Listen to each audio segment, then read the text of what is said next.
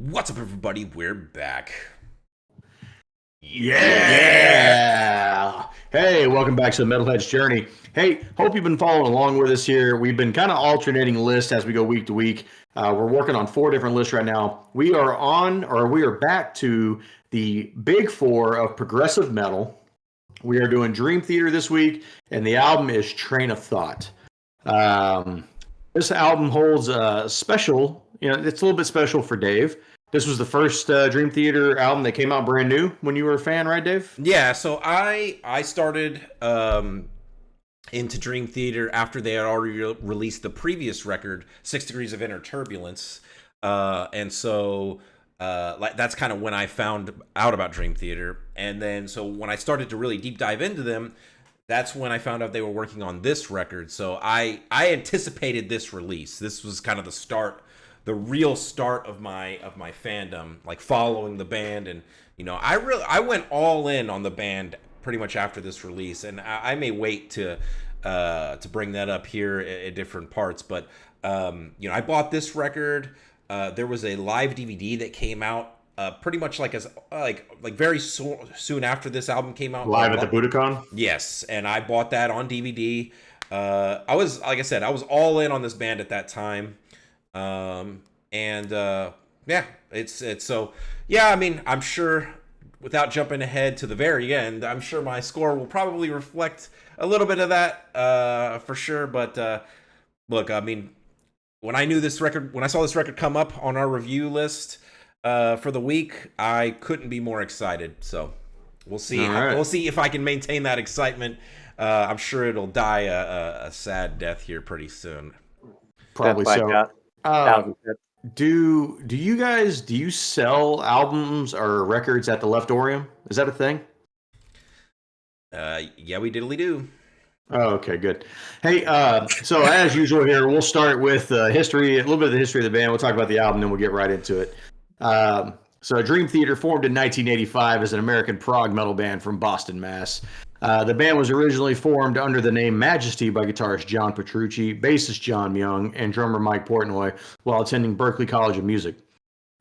Excuse me. Vocalist James Labrie was hired in 1991, and after a couple of other keyboardists didn't work out, Jordan Rudess joined the band in 1999. Dream Theater's released 15 studio albums, including their most recent, A View from the Top of the World, in 2021.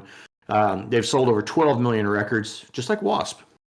Wasp! And won 1 Grammy. WASP. Yeah. Train of Thought, released in 2003, is the band's 7th studio album. Inspired by the audience response to Dream Theater's heavier songs while on tour and the Chaos and Progress documentary, Portnoy says that they wanted Train of Thought to be a balls to the wall album with heavier, darker riffing, exposing them to a number of new metal fans. The album was written in NEW, just in case. Yes, excuse me, NEW metal fans. Yeah, the album was written in 3 weeks. Hashtag shocker of the cinch. Don't be dumb. Is that it? I didn't know if you were keep talking. You like okay. That's it. That's it. Jonah, why don't you tell us what you thought about the record? So I'd say overall, I really liked it. There were a couple of moments maybe where I was like, but overall, I thought it was really good. One of the things that I found interesting, and it kind of makes sense for the time period that this album came out, it sounds like, I don't know if this is confirmed or not, I haven't looked into it, but it sounds like there is some definite new NU metal influence on a lot of these riffs and some of the way that the songs are composed. And I dug it. Like it's so heavy. This album is super heavy. You mentioned it in the summary, but it's really heavy. And there's a lot of high energy sequences that just keep going and going and going. Like by the time I got to the end of the album the first time, I'm like, holy crap, like it's a lot. It's almost tiring. But no, overall, I thought it was really good. No, almost. Overall, I thought it was really good. And if nothing else, the album is 100% a true showcase of the talent of each of these musicians. Yeah. Not counting James Labrie, but we'll talk about that later. Yeah. I I know I've told this story or version of this story a bunch of times. Every time we do Dream Theater, but I've kind of been scared of Dream Theater over the years because I'm a self-professed booger eating moron. I like 4/4 time signatures. I like halftime riffs. Like I just like the headbang, and I hate when I have to think about the rhythm of that headbang and do I like go on this beat or whatever, right? And so Dream Theater is always one of those bands that's kind of scared me a little bit. And Images and Words was the first album we did from them, and holy fuck, what a record! I mean, what a China. I think I gave that record like a 9 Yeah, out I of think you gave it 10. a Like, 9 dude, flat. Yeah. bruh, like all time classic. And then we did 6 Degrees of Inner Turbulence, and it didn't hit me the same way that Images and Words did, but it was still good. Like there were still a lot of great moments in it. I think this album kind of threads the needle between those two for me. It's certainly I'm not going to rate it as high as Images and Words for a couple of reasons. One, I just think the album it's bloated, like for sure. It's just, I mean, look, there's not like, I don't know. I'm trying to think of the best way to say this without shitting on the band. Like, it's fucking awesome, everything that these guys do. But it's just like they just have these 2 and 3 minute sidebars in the middle of a song where it's like we're gonna go off and do this other little wacky thing, and then we're gonna come right back to this fucking like banging riff, and it's like, and I get it, that's their shtick, right? They're a prog metal band. That's probably what gives them some energy, so they got to do that. But it's those moments that I found my attention wandering a little bit. But then when they would bring it back in, like a prime example is In the Name of God, right? Like, there's like this moment where it kind of goes off into this weird area, and then it goes into this ripping solo, and it comes right into that riff. It is so good. But there's like that little bit of moment before it where I'm like, what like planet 5 are we on? Where are we at? Yeah. So there's moments like that, that I would say would be worth cutting or reimagining. But dude, you can't fuck with the riffs on this record. Like last week, there were no fucking good riffs whatsoever to talk about. On this one, dude, I mean, there's an endless amount of fucking great riffs. There's too many. There's literally too many. Yeah. So, I mean, overall, I know it's a very long-winded way of saying this. I really enjoyed the record. I thought it was very good. My score later will reflect that, but I think my score could be higher if these guys could, if there was somebody else there to help manage the band a little bit and help them reel them in. Yeah, reel them in a little bit, right? Kind of like James and Lars, right, Dave? Yeah. Well. Yeah. Okay. Yeah. Sure. Hey, so I just want to remind you that this came out the same year as Saint Anger. Just gonna throw that out there real quick. And Saint Anger was way better. Jason, go ahead, man. No. Can't even say that with I'm actually going to agree with a lot of the pieces that both you and Jonah said. There is a lot of good stuff in here. There are a lot of good riffs. If there wasn't 10,000 of them, I probably could have easily found a favorite one. The issue that I've always had with Dream Theater is they rely a lot on music theory when they compose their albums, complex rhythmics, metric patterns, intricate song structures, advanced harmonic concepts. And I could just care fucking less about any of that shit. There are songs in here literally that I wrote really good song if it would have stopped at the 6-minute mark. But it didn't.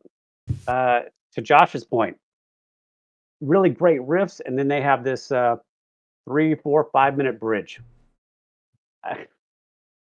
And then go back into the part that I like, which you just can't just like skip through.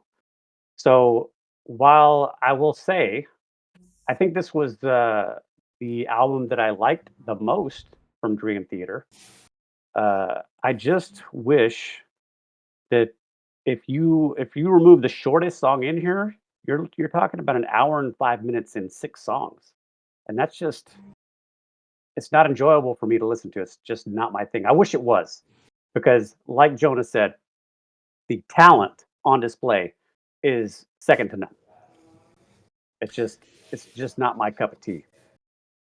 So, Dave, did this album live up to the hype for you in terms of like being the first new album release as you're a Dream Theater fan? Did it live up to everything you wanted? So, small bit of context before I get into like just my overall thoughts of the record, and I do appreciate that tee up, Josh. That's a really good question.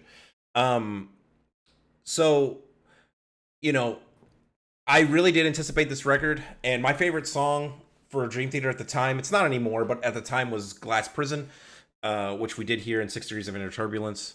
And, you know, super heavy song, you know, like I said, I at the time, you know, and still am huge Metallica fan. So when I heard that Dream Theater was going to come out with, you know, a full blast metal record, which is generally what this is.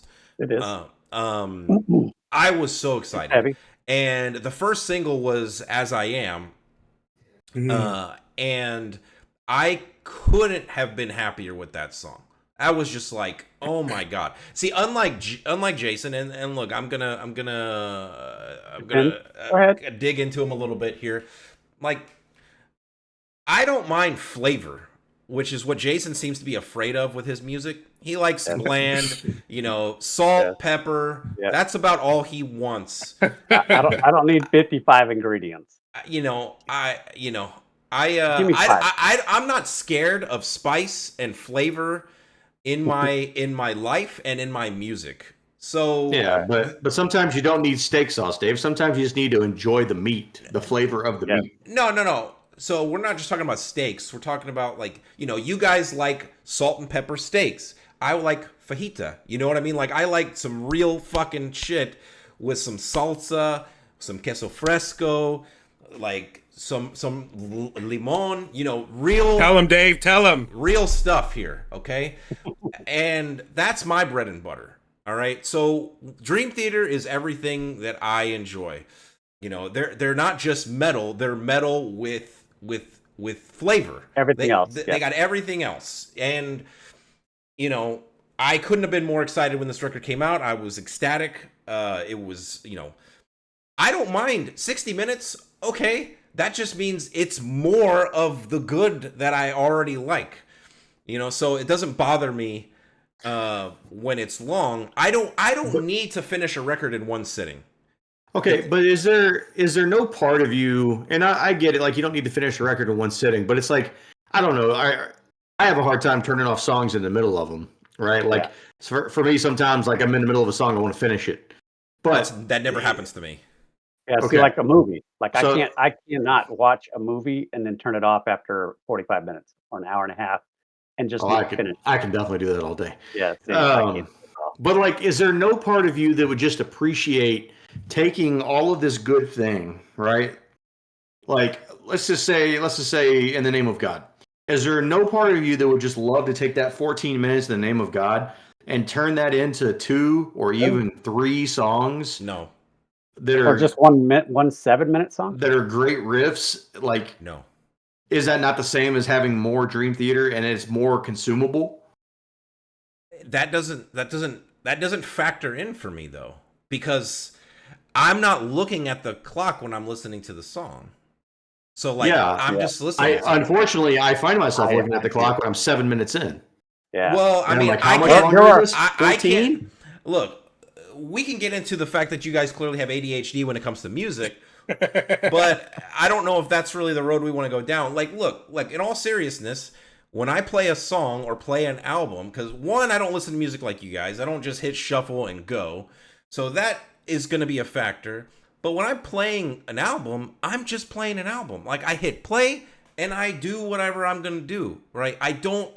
It means nothing to me if it's 5 songs, if it's 4 songs, if it's 40 minutes, if it's 60 minutes. Like, I don't care. If it's good, that's all I care about. Like, that's literally it.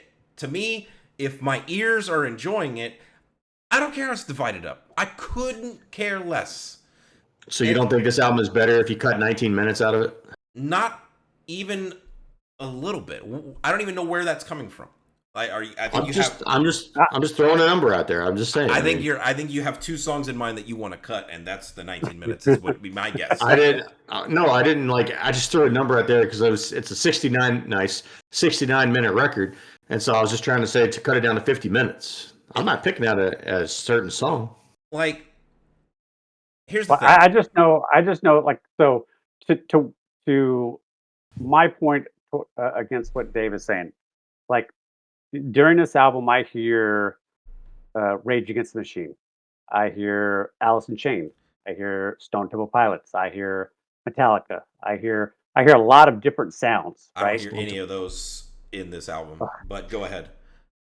Well, I mean that's because you're listening to Dream Theater. I'm listening to whatever they're playing, and I'm like, oh, Well, that sounds. there's just definitely like some Alice in Metallica Chains. in here, like Sure. very Right off. Metallica. Yeah. I mean, Anyway, I hear I'm metal, just saying but that anyway, it doesn't when like or Tool, when I listen to those bands, I like those bands as well. But as soon as they start delving into the 8, 9, 10, 11, 14-minute song, I'm just like, ugh, can we just get to the next song so I can sing Well, you along have- to it and be interested? you have And a that's just- shorter attention span than me. Yeah. I want to enjoy the song, but I don't want to go on a marathon. Again, if you like what you're hearing, then what does it matter? Then clearly the answer is you don't like what you're hearing. Oh, obviously. Okay, so then the length has nothing to do with it. No, because I start to enjoy it and I'm like, oh, that sounds pretty good. And then I look down and I realize that there's still 8 minutes to go. And I'm like, Jesus Christ. It's like Why, it's like watching a movie. Again, why would It's you, like- if you like it, what does the length matter? Dave, I know this is going to be shocking, but when they do director's cuts that are like 4 hours long, I don't like those. Okay, so then this is just not for you then. I said that from the start. Okay, then what is this conversation about? then, I'm what just do trying- then what do we even? It's a show, Dave. It's competing points of view. No. I'm We're- just saying we all have we're we never all have the- a certain point of view where we're saying that why can't they just make these songs just a little bit shorter? And you're like, it doesn't make any difference. Well, No. it does, and I'm trying to make an example of why it does make a difference. No, It's just because it becomes so long, it becomes you just check out. you only if you don't like it. Which again, that has nothing to do with the length. Never mind, Dave.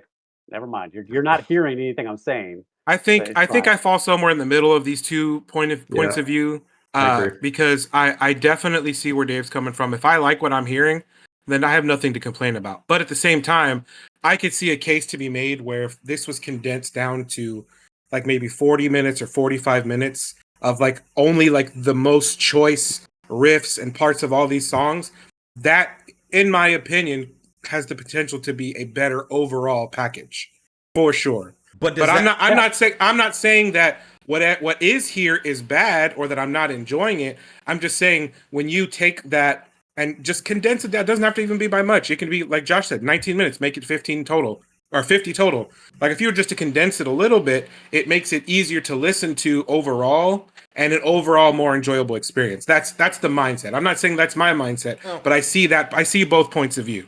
I feel like then you're turning it into something that it isn't at that point.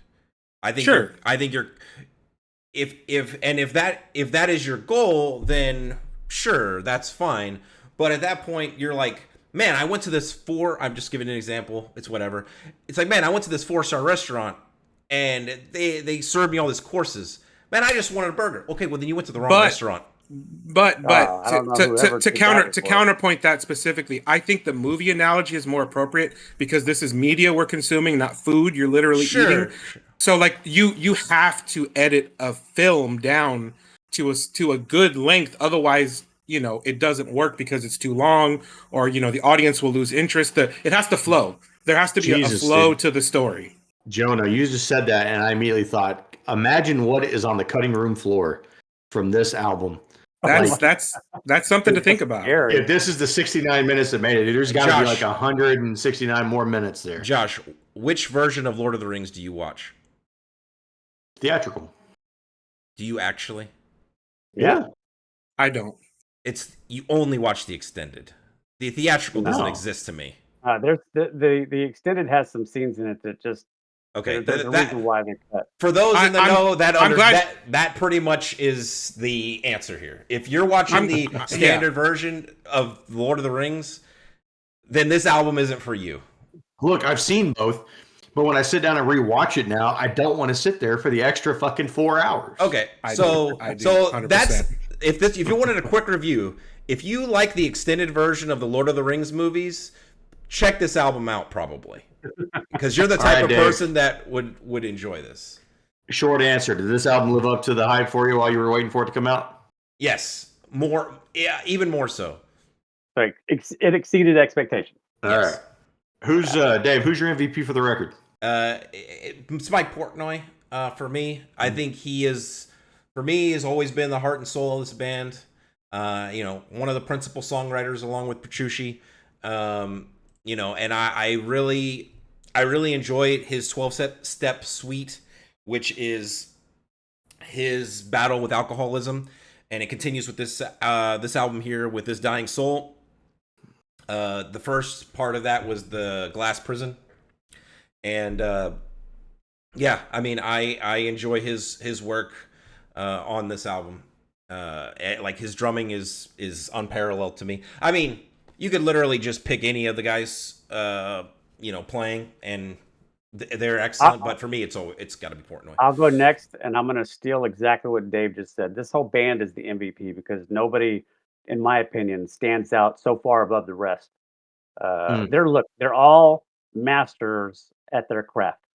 Except James Labrie. Even the he's keyboards fine. or bits and pieces of synthesizer or organs, all solid.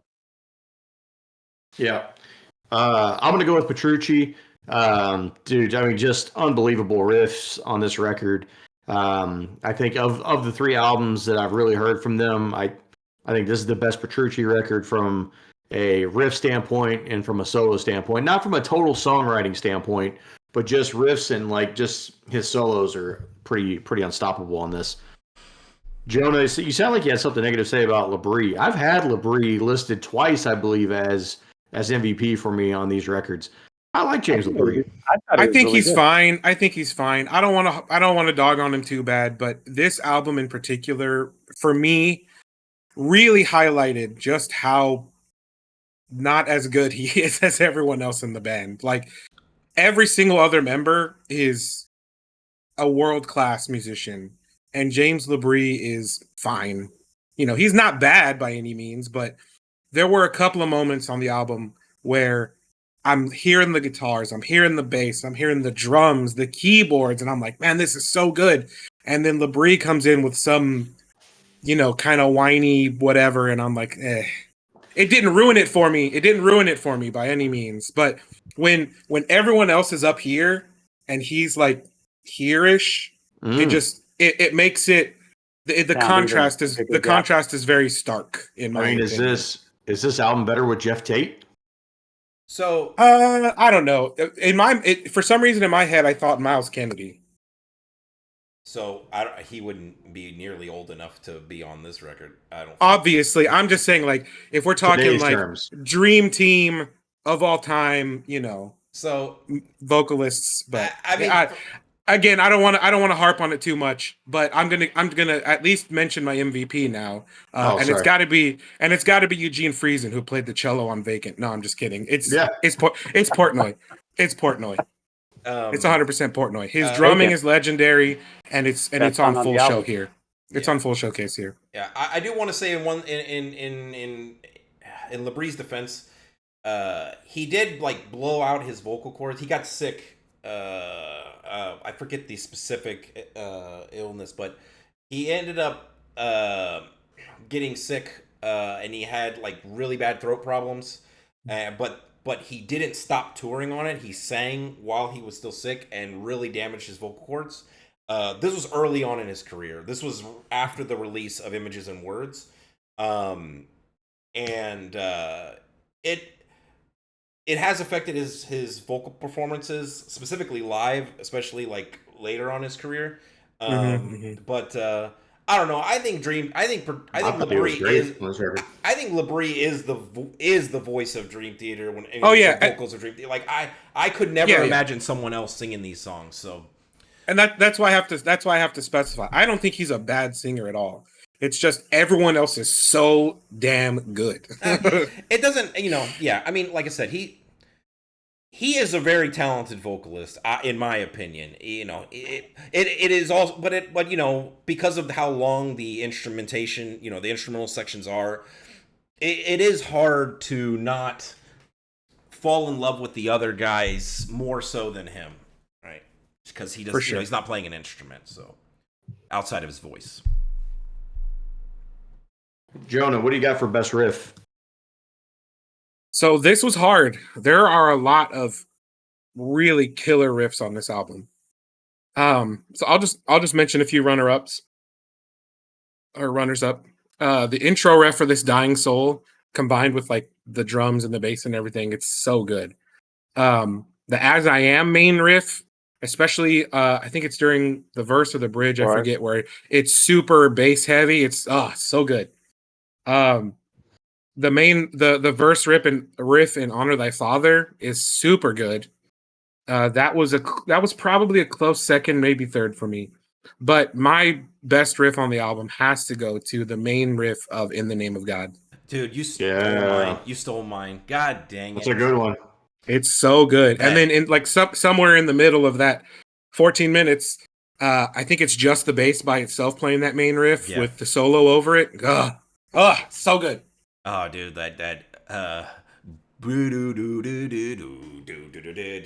yeah, it's tasty. It's tasty. Well, I'll go ahead. Since my favorite riff, or my number one riff, is the opening main riff of In the Name of God. I have that also as an honorable mention. Yeah. I mean, it's hard not to have the honorable mention of Endless Sacrifice, with like the pinch harmonics or whatever. That's such a great song. The main riff of As I Am, the opening of This Dying Soul. There's a bridge riff in This Dying Soul that's super good. I mean, I could probably pick 2 to 3 riffs out of each song, and it would be in an honorable mention. But I'll stop there. Also, I don't know if anybody's gonna mention, but Stream of Consciousness, the instrumental, has some tasty riffs in that song too. Mm-hmm. Love that song. Anyway. Never heard it. Jason, go ahead. What's your best riff? Jonah kind of alluded to it. It's in As I Am. For me, the best riff is the main chorus riff. It's nice and heavy, not overly complicated. If I was going to say, As I Am feels like the most mainstream song on this album, and it's probably the reason why. Spoiler alert, it's my top song. All right. Yeah, like I said, honorable mention for me, In the Name of God riff. Kind of the second best riff for me is that main riff in As I Am. The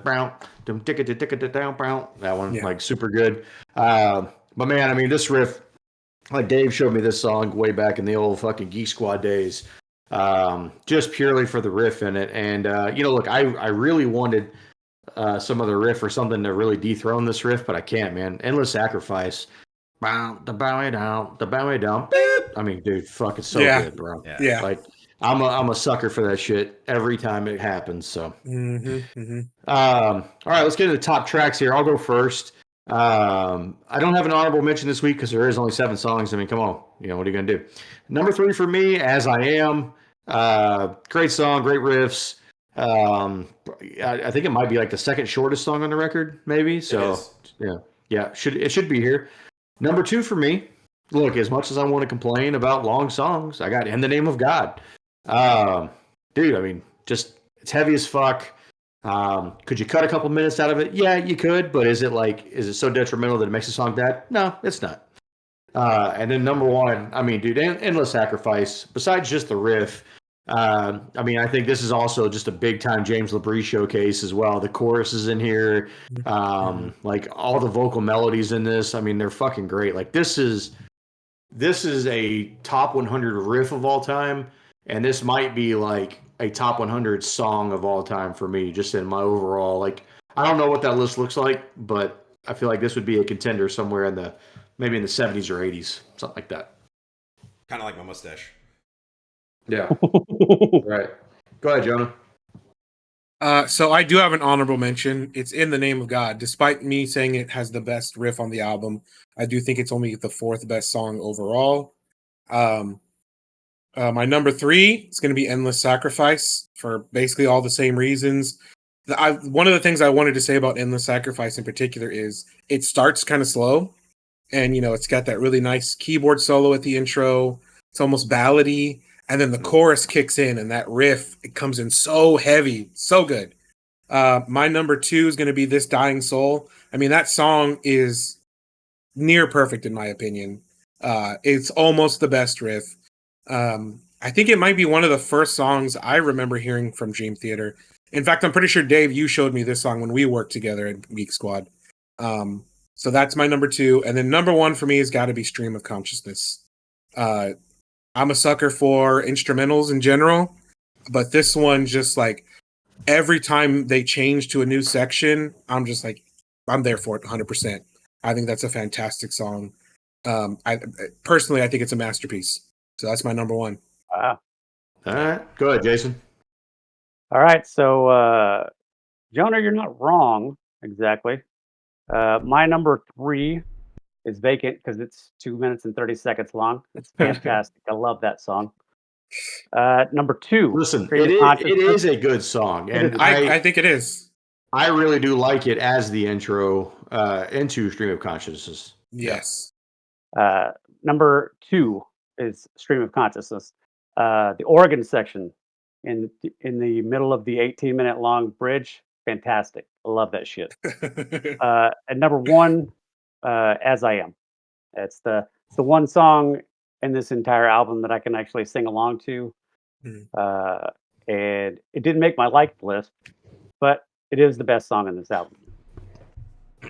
All right, Dave, take us there. All right, so I love the record, so I won't bother with an honorable mention. I enjoy the whole it. album's an honorable mention. I mean, I enjoy it. I mean, we'll see with my score. So, number 3, Endless Sacrifice. Love the song. It's almost like a heavy-ish ballad kind of deal. It's got some kind of uplifting lyrics to a degree. So I've always enjoyed that song. Great sing-along chorus. Number 2, This Dying Soul. Again, I love pretty much the entire 12-step suite. Portnoy did play it live, although not with Dream Theater, even though he wanted to. He played it at his 50th birthday bash or something. Hopefully he gets to play it with the guys back in Dream Theater, the whole 12-step suite. And number 1 is In the Name of God. I think it is the best song on this record. I love the way it ends. I love the subject matter. All the riffs are super heavy. And if I had to have an honorable mention, I'd go Stream of Consciousness because it reminds me of like a prog version of Orion.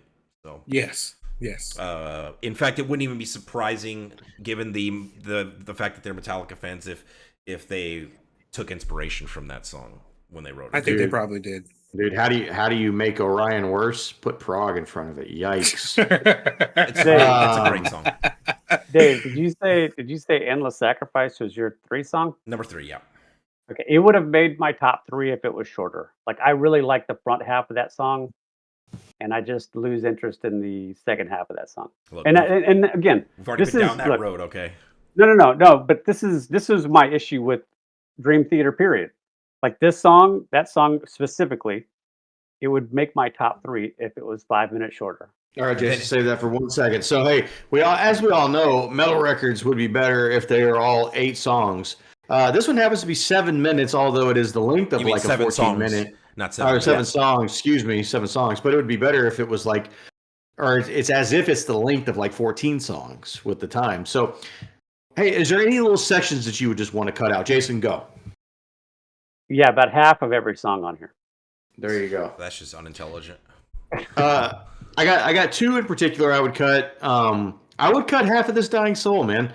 That song doesn't do it for me for like the bulk of it. There are entire like passages of that song that I could just do without. That's an ass It tape. sounds exactly like a Rage Against the Machine song and Metallica. What Rage Against the Machine songs are you listening to? I love Rage, but also This Dying Soul is like, it's like half of a Slipknot song, and I get it. This came out probably before that song did, but I mean, it sounds so much like. I swear I'm trapped. You don't hear that? No, he doesn't hear anything. He just hears Oh, Dream Theater. we'll have to go side by side because there is a moment in there that's very Slipknotty. It's a very particular song, and then obviously there's the blackened part that's in the very very very deep bridge somewhere about the 12-minute 30-second mark or whatever the song is. The only other thing I would cut on this record is the intro to Honor Thy Father. What is that? I hate that intro riff. What is wrong with it? It's fine. It sounds like a bad Dave Mustaine song. It's just I don't know. Megadeth, Jason, is that's the name you're looking for. Megadeth. It feels like it's just this so off time kind of thing, and I don't know. It's just something about it. I just do not like that riff. It's I like syncopation. The song. Yeah, I like the song. Like, it gets better as it goes, for sure. I mean, look, there's no songs on here I would cut. That's one of the more new metal inspired songs. I think that song sounds very new metal to me. Yeah, it's supposed to be it's a hate song. Yes, for a stepdad. For a stepdad. Yeah. I mean that's in line with new metal. Yep. There you go. Jono, is there any pieces you would cut? I've been kind of burying the lead this whole time, and that'll be revealed in my score, but I wouldn't cut a single thing from this album. I think it's good from start to finish. Yeah, you can skip me. Dave told me personally he would cut 19 minutes off of this record to make it an even 50. That's what he told me offline. No, he doesn't have to say it here. All right, that's where he got 19 minutes from. That's right. Hey, so we're coming down to the end of the show here. This is where we like to give our score, and just to give you guys some context, for a lot of folks out there, an average score would be a 7. For us, an average score is a 5. So anything 4.9 and below is various levels of we would not recommend that record. Anything 5 and above is various levels of we would recommend it, and anything between a 9 and a 10 is an all-time great record. So let's go in order of lowest to highest, I guess. Jason, you go first. Look, if you've seen any of our other Dream Theater discussions, there are aspects of the band that I truly respect. Some of their portions of their songs that I really, really like. It's just too long. I gave it a 6.1. All right. Dave, how you holding up over there? You okay? Yeah. That looked like that hurt when he said 6.1. I mean, look, we've already established that, I don't like metal, so yeah. I don't really know what exactly. Jason likes at this point. So I think it's a toss-up between me and Jonah, but I think I'm going to have a higher score based off of Jonah's scoring history. So Jonah, you go. You might be surprised. So like I alluded to in the previous section, I buried the lead pretty deep on my overall thoughts. I think this is an excellent album. It's since my tenure here with on a Metalhead's journey, this is the easiest listen for me by far. This album with how heavy it is and the pure, in my opinion, artistry and technicality that's on display, it's so heavy. It's by far and away way better than 6 Degrees of Inner Turbulence, which, by the way, I only gave 5.1. What did I give that? 5.1. That's what I gave it? Yeah. No, I gave it a 5.5. Okay, well, I'll adjust your score. Okay. Yeah, I gave it a 5.5. And in retrospect, because that was a lot earlier on, that probably was a pretty low score. Jonah's going to go and give this a 5.6. No. Like, in all seriousness, I think this album is excellent. I think it's legendary. Every song is a banger. Every song's a banger, in my opinion. Wow. The first listen was mind blowing because I've never listened to this whole album from front to back. So that said, I ended up my scoring the way I do it. I ended up giving this a 9.1. It is chef's kiss. This album's fantastic. I could not recommend this album more. This is easily the best album that I've reviewed since I've been on the show. Dave's got a Chevy. Jesus. All right, I misread that for sure. I intentionally misled everyone here. just so I Yeah. could drop that bomb on everyone. Listen, Yeah. look, no need to continue to like bleed this thing dry here. There's a lot of great moments in this record. There's a lot of great riffs. A little long. I think the length of the album does affect my score a little bit. If it was a little bit shorter, like maybe 19 minutes shorter, I might So get up to where Jonah is, maybe. But because it is the length that it is, I'm going to go ahead and give this a 5.1. Okay, so go ahead and give me the real score. Okay, fine. Look, it's a great album. I really enjoyed it. I couldn't quite tip the scales up to an 8. That was a little too high for me, so I'm at a 7.9. Okay. Oh look. Honestly, I thought that's where I was going to land before I even started listening because of the previous record and how I scored it. But no, I couldn't resist. All right. Joke incoming. I'm not afraid of long things. So this record didn't scare me. Okay. Whoa. It didn't scare me back then. It doesn't scare me now. This. I thought about this for a while, and I've had this record now in my library for 21 years, and it's never gotten stale for me. This is one of the best albums that I have ever heard, and it was instantly a classic for me when I first heard it.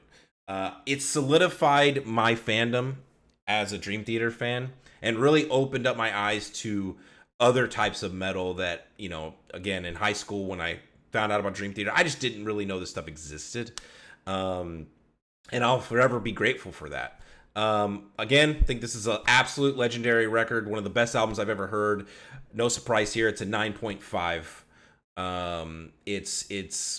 It's completely untouchable to me outside of a handful of records in existence. And it's not even my favorite Dream Theater album. How many more about that? Dream Theater albums do I got to listen to? Three Three more. including Images and Words. So really, just 2 new ones. Yeah, two that you haven't heard. Yeah. So, Dave, I'm hoping. what's Look, that total score? I'm hoping that I have a Jonah moment.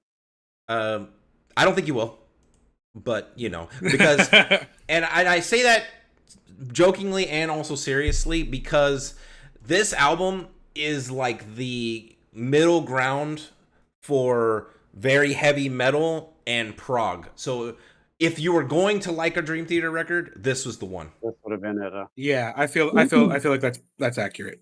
Like if you don't like this, you just don't like Dream Theater. Yeah, it's that simple. Yeah, I think it's well established.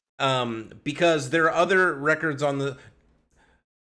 There's one other record that could do it, but I don't think you will like it either. Anyway, that puts this album at an 8.15. That is considered an A tier score from us. 8.15 is very, very high praise. Going off of our top 50 metal albums of all time. I don't want to say that album. That's going to make Josh mad. This puts us in line with Number of the Beast from Iron Maiden. This puts us right around. I'm trying to skip albums that's going to make Josh mad. Just put them out there. Just do it. Okay. This is better than this is around Master of Reality from Black Sabbath. This is around Blizzard of Oz, Diary of a Madman, Death's Human. It should be well below those records. Death's Symbolic. Just for so you guys are aware.